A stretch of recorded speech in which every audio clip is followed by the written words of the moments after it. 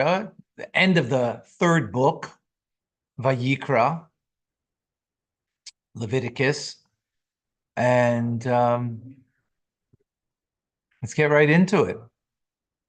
Comes up there, Numbers? Numbers, yes. Accountancy 101. Sounds like fun. So we're continuing now with property that is consecrated to to God, to the Holy Temple, that is dealt with by the Gizbor, the treasury in the Holy Temple. They can't use property, and we've been discussing, what's done with that property in the previous teachings. We continue in chapter 27, verse 22. Ve'im es stei miknosai, and if from the field of his possessions, asher loy mizdei achuzosai yakdish laHashem. So he's consecrating here a field that he had acquired, but it's not part of his inherited property. Remember that the 12 tribes of Israel, they got all different areas of the land of Israel that they settled in. So you settled with your tribe, right? And you got your plot of land. That's your inherited property. And the Torah, from a biblical perspective, wanted to maintain that, that inheritance that you got. So therefore, if you got poor, remember, you sold it off, right? You sold it off, you get it back by the Jubilee, right? That's if you sold it. Here, we're not talking about sale, we're talking about consecrated. Consecrated means it becomes sanctified, right? And then you lose it because it has an upgrade, right? It has an upgrade. So, but now, what happens if you sold a field that you acquired, but it wasn't part of your inherited property? Let's see Rashi in 22. The aim is stei miknosai, but if he will sanctify to Hashem a field of his acquisitions, chiluk yesh, there's a difference. Bein stei mikne, between a field of acquisition, a field bought or received as a gift, the stei achuza, to a field of an ancestral heritage. Shestei mikne, and that a field of acquisition, lo tischalak, you will not be a portion lekohanim, to the kohanim beyovel, in the yovel year, because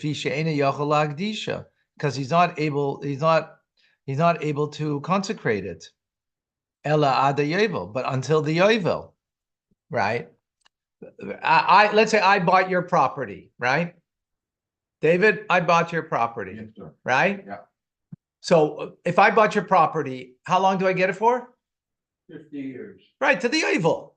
Then it comes back. So is it mine? No. No. What do I have? Only the right of usage, but it's not mine. So it comes back to you. So therefore, can I sanctify something that's not mine? No. Can only sanctify something that's mine.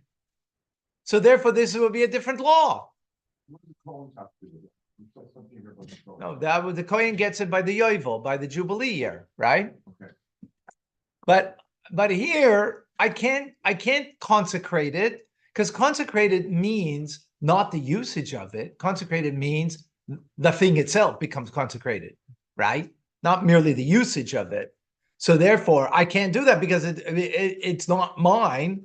It's I've leased it to the Jubilee year, to the yovel, but it's not mine. That it is, the physicality of it is mine, right? So therefore, I can't consecrate it, because consecrated means the physical object now becomes upgraded and has a holiness to it. I can't do that. Okay, let's see. Continue with Rashi as he explains this. Because in the yovel, the field is destined to leave his possession. Me, in the metaphor that we gave over here, right? And it will go to the original owner, back to him. If he comes to redeem it, he should redeem it for this price, Haktuvim b'stei achuza, which is the fixed price of a field of an ancestral heritage. V'im lo yigal, but if one doesn't acquire and consecrate it, and he doesn't redeem it, right? V'im karena gizbor la'acher, and the treasury will now sell it to someone else, or yigal who, or if the one that acquired and consecrated will redeem it. So in the Yovel year, the field shall return to the original owner from who it was acquired from. The one that was consecrated it had bought it. But perhaps you might say that the verse means that the one from whom the last buyer who redeemed it from the base of Migdash acquired it. And that is the treasurer of the base of Migdash.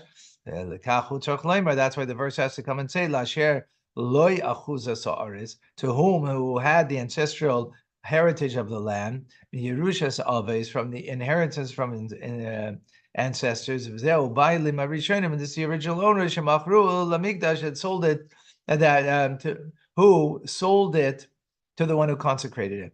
So you might think, right? So I bought it, right? And I consecrated it. So the consecrated will be then, till the Jubilee year. It is consecrated till the Jubilee year, right?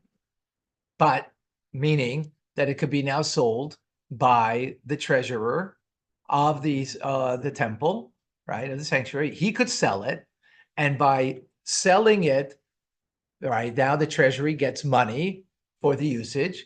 But what will happen the Jubilee year? You might think maybe it goes back to the treasury, right? But therefore, the verse says no. It goes back to the original owner. And that's different in this instance than it was previously, right? Because previously, it was consecrated by the owner of the property, the ancestral owner of the property, right? What happens? It's gone. He doesn't get it back, right? He doesn't get it back because he had the right to do that.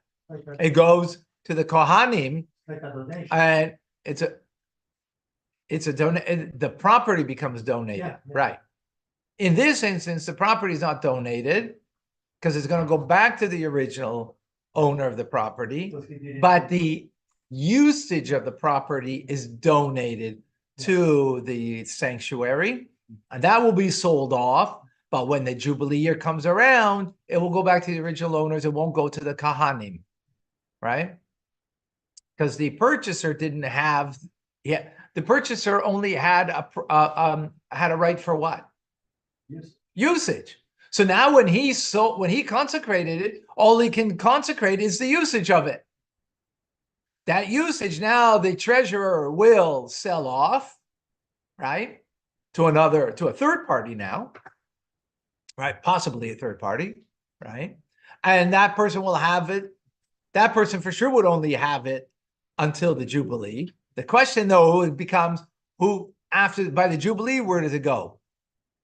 So the verse doesn't speak that it goes to the Kohanim like it did by the owner of the ancestral property, yesterday's class, right? Or 2 days ago. The verse is saying over here that it's going to the one who originally had it as his ancestral property. Okay? Is there money involved when that happens? Well, Jubilee comes, there's no money involved. There's no money involved. No money involved by the Jubilee. Verse 23. And the kohen shall chisheba means he's going to calculate the kohen, because remember he's the one who makes the calculation of the value. It's of the amount of the valuation until the Jubilee, until the Yovel, and he shall give the valuation on that day, holy to Hashem. In other words, the person who's purchasing, right?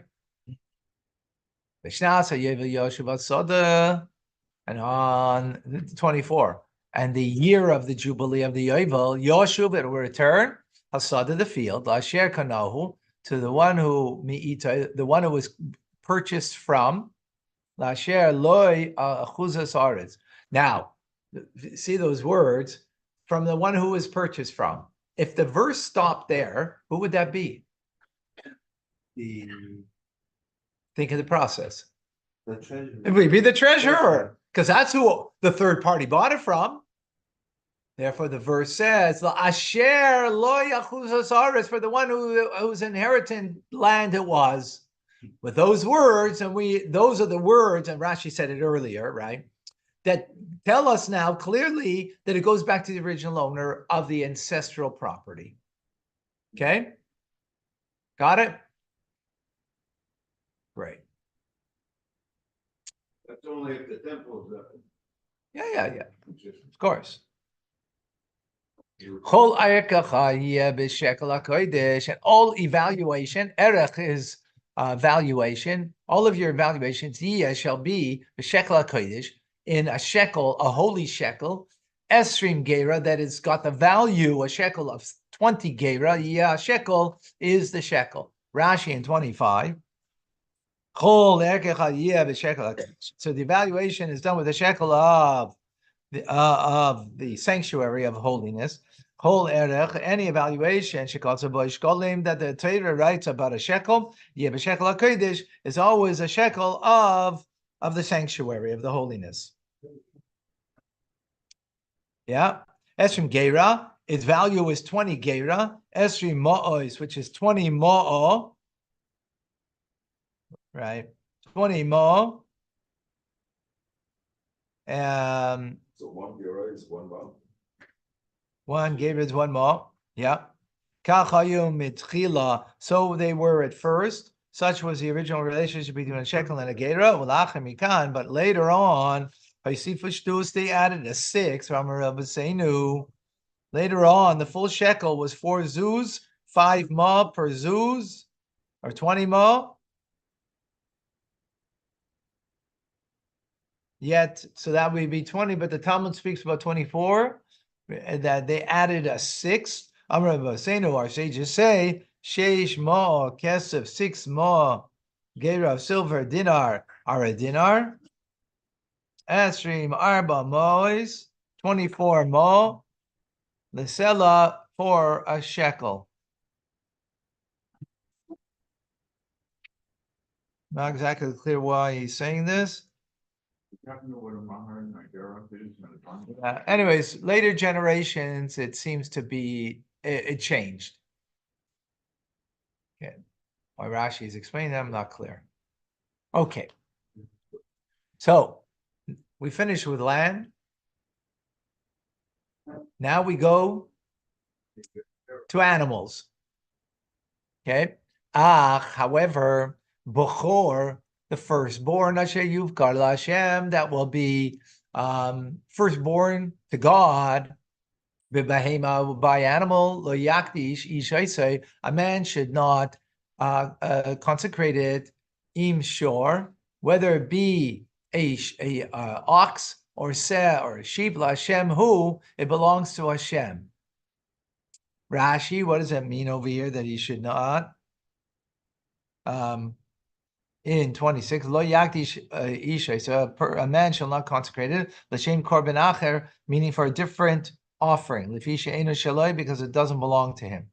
In other words, if I say that this animal is consecrated to God, after what it has now, and you verbalized it, it becomes consecrated to God. I can't say, oh, you know what, I have to bring a sin offering, let it be for the sin offering, right? Once it's consecrated, it can't be used for anything else, right? And others for another offering. It's already offered. You can't offer an offering, in other words, right? It's a monetary. Now, if I said that this ox will be my sin offering, that's different, right? That's different, because then you've said clearly specified that this ox is for my sin offering. But if I say that this ox is sanctified to God, right? Sanctified, consecrated unto God for the, right? then it has a consecration that is now out of my realm that I can now specify. But you can still sacrifice. Well, whether you're going to sacrifice it or not, whether it'll be sold, that's a, There's a monetary value to it. it's a, whether it'll be either one, it doesn't matter. The point in this verse is to tell us that I can't use it now, right, for another purpose. You would think, what do you mean? A sacrifice is a sacrifice. So let me use it for some personal purpose or whatever, right? No. I'm sorry. Let me make this more clear. I wasn't clear enough. We're talking about a firstborn over here, right? A firstborn animal. It belong. I said you verbalize it. I made a mistake. You didn't verbalize it. You don't have to verbalize it. It's a firstborn animal. It is an offering to God. You can't say, oh, let it at the same time be my sin offering. Let it be my oil offering. Let it be some. No, it's a firstborn offering. I'm sorry. So you sacrifice it to God. That's not what a sacrifice is a sacrifice. Whatever is dealt with, that's not the point over here. Let's make sure that we're learning the point we're learning. Let's not learn something else. Okay, it's an offering to God, right? What kind of offering? Firstborn. You can't now name it for something else. You can't now, right? Why? Because from birth it's already an offering to God.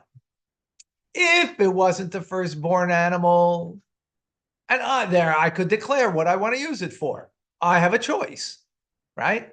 I want to consecrate it for an oil offering, a sin. I want to make it into my personal sin offering, whatever. But this, I don't have a choice. That's the point. Even though it is an offering, so you can't now have some benefit, right, so to speak, from it. Right. Okay, 27.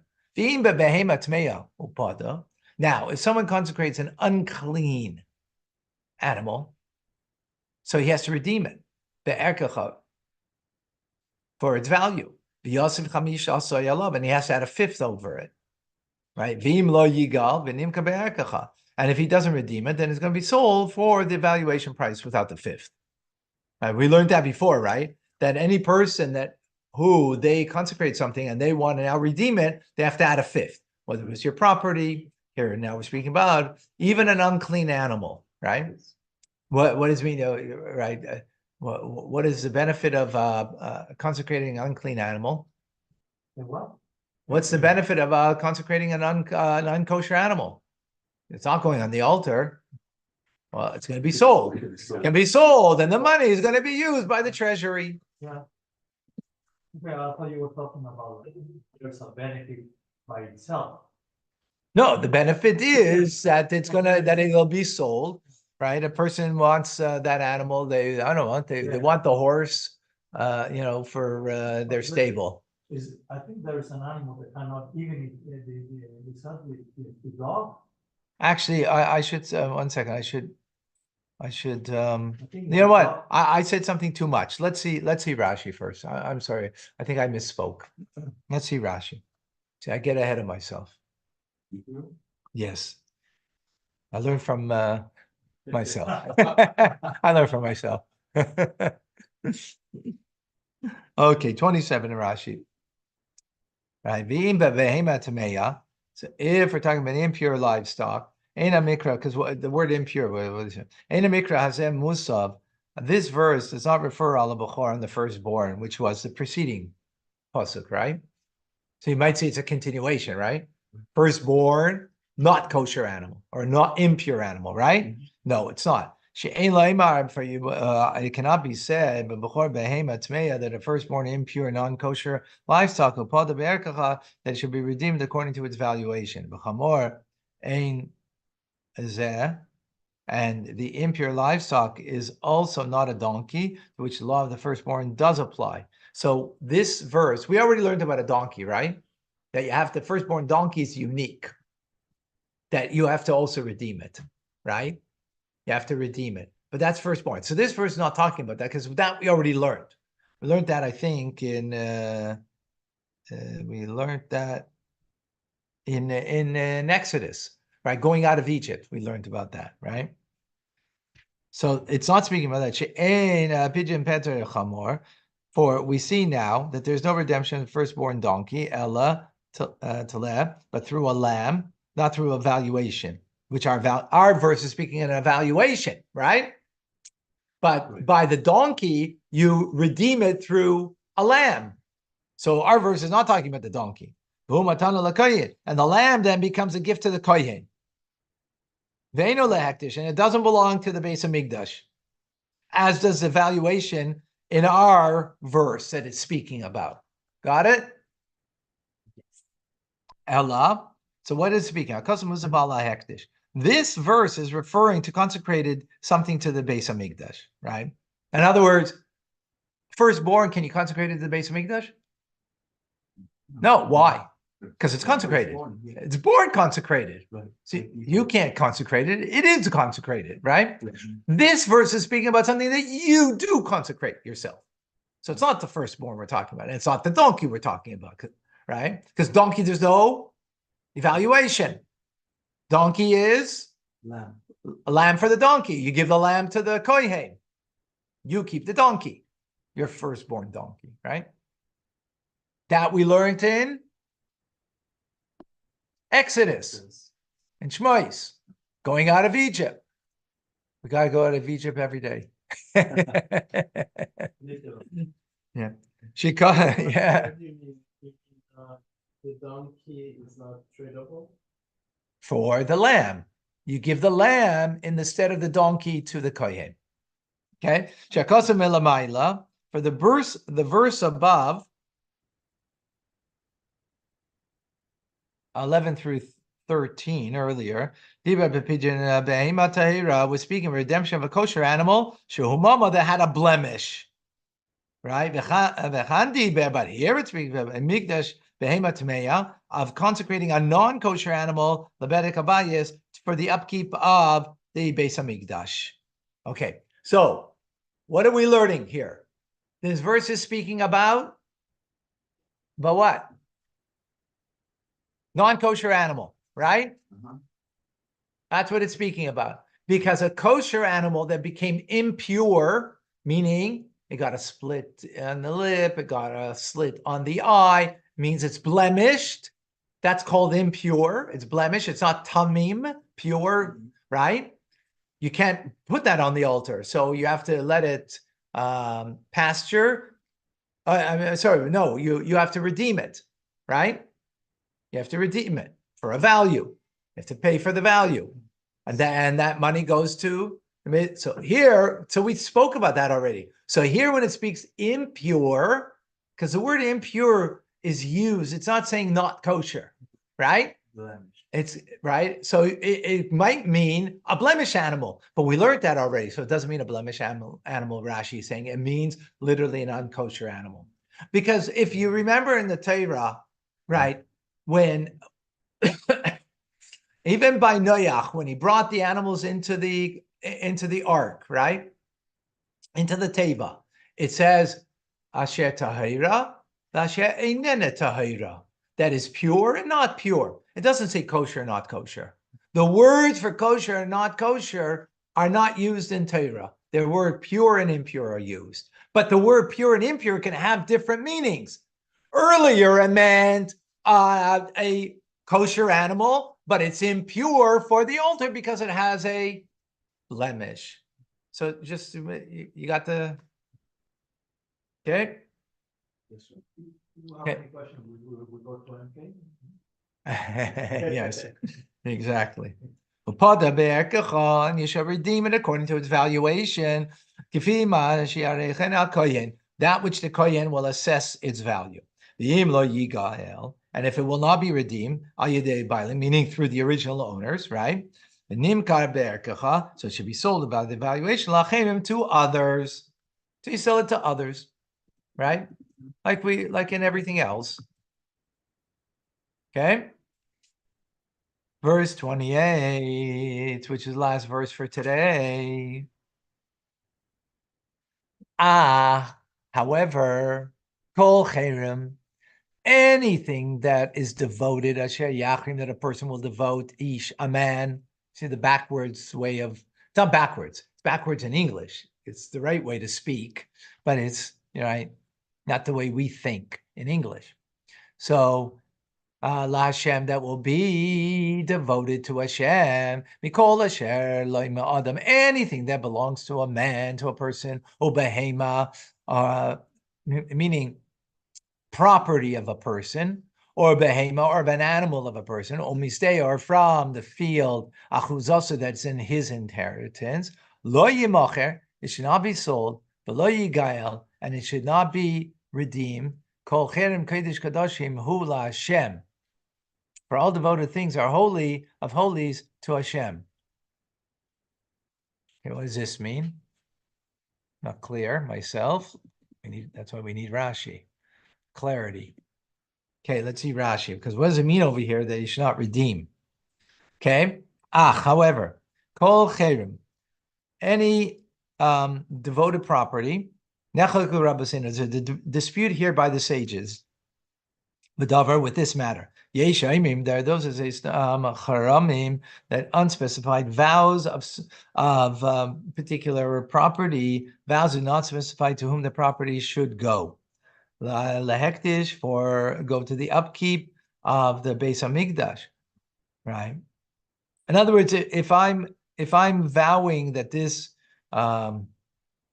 property should be consecrated, and I don't say to who, right? In other words, because you could give it in the different places for the sanctuary, right? So if it's unspecified where, then it's going for the upkeep. Right? That's called bedek habayis, right? As opposed to for offerings, right? There's for offerings and there's for upkeep. Beis Hamikdash needs upkeep, right? So if you didn't specify where, this one opinion says that it goes to the bedek habayis for the upkeep of the Beis Hamikdash. Mani mekayim. Then what do I maintain? Mechol cherem b'Yisrael l'chayiyah. Later on in Numbers, it says, any specific property among the Israel shall be yours, means the Chermi Kohanim, it speaks of the vows of segregated property of the Kohanim. Shapiro said he spoke explicitly the Amar, and he said, Arezeh Cherem LaKayin, the segregated property for the Kayin. Okay, that's later on. So, but our verse is speaking about that it wasn't specified, and it goes to the upkeep of the Beis Hamikdash.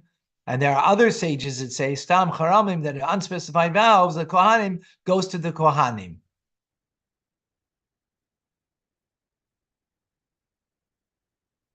Okay. Right.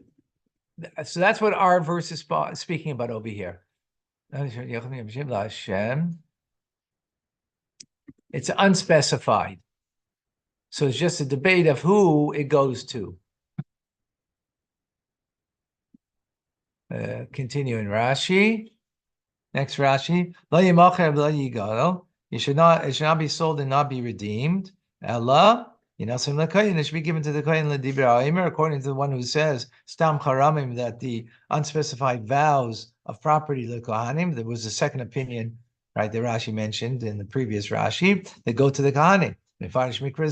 So he explains this part of the verse, stam charamim, the unspecified property, the property that's neither sold nor redeemed, but goes directly to the kohen. And the one who says stam charamim, the unspecified vows of property, lebedek habayis, goes to the upkeep of the Beis Hamikdash. Mefarish mikrazeh explains this verse, mecharmi kohanim, speaking of the vows of segregated property of the kohanim, shakol moedim, that all agree, both opinions agree, shecharmi kohanim, that the segregated property of the kohanim, ein lehem pidyon, have no redemption, asher yavoyu, until they come liyad the kohen, to the possession of the kohen. Charmi gavoya, a segregated property that goes on high, niftim can be redeemed. It's a bit complicated here. Bottom line, the temple gets a lot of money. You're counting the money, huh? They get the census, they get the tax, they get this. I mean, takes a lot of up. Yeah, it's not going to them. Not going to the temple. Well, actually, for the Kohanim, no, the second opinion, it is going to the Kohanim. Okay.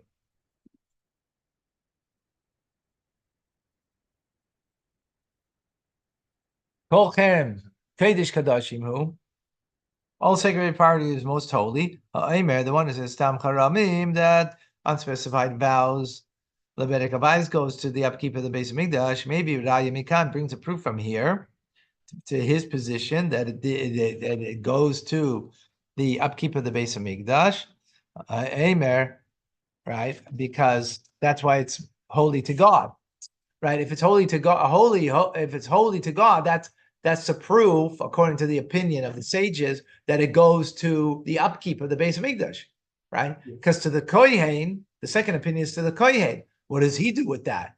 Because to the Kohen doesn't have the same sanctity because it's not being used for the base of Mikdash. It's being used personally. When it goes to the Kohen, it goes to him personally, right? Like when in the Jubilee year, when no one bought the property back, redeemed the property, right, that was consecrated, on the Jubilee year on Yom Kippur, it goes back, it goes to the Kohanim of that are working that day on Yom Kippur. Oh. They get the property personally, right? So the question would be is the verse saying here it's holy, it's that this property that's consecrated is holy of holies.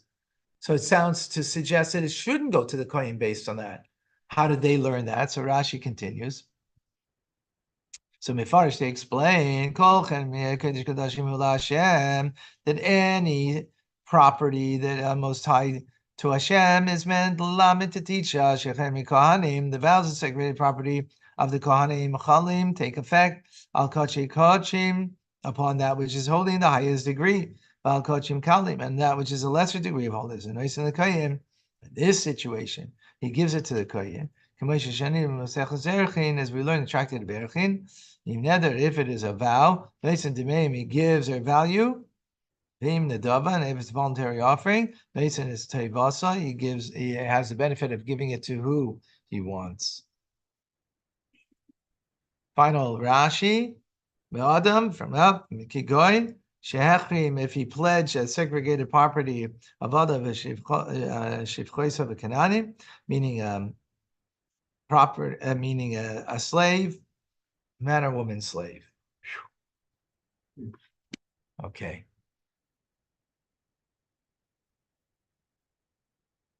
Tanya coming up. Thank you.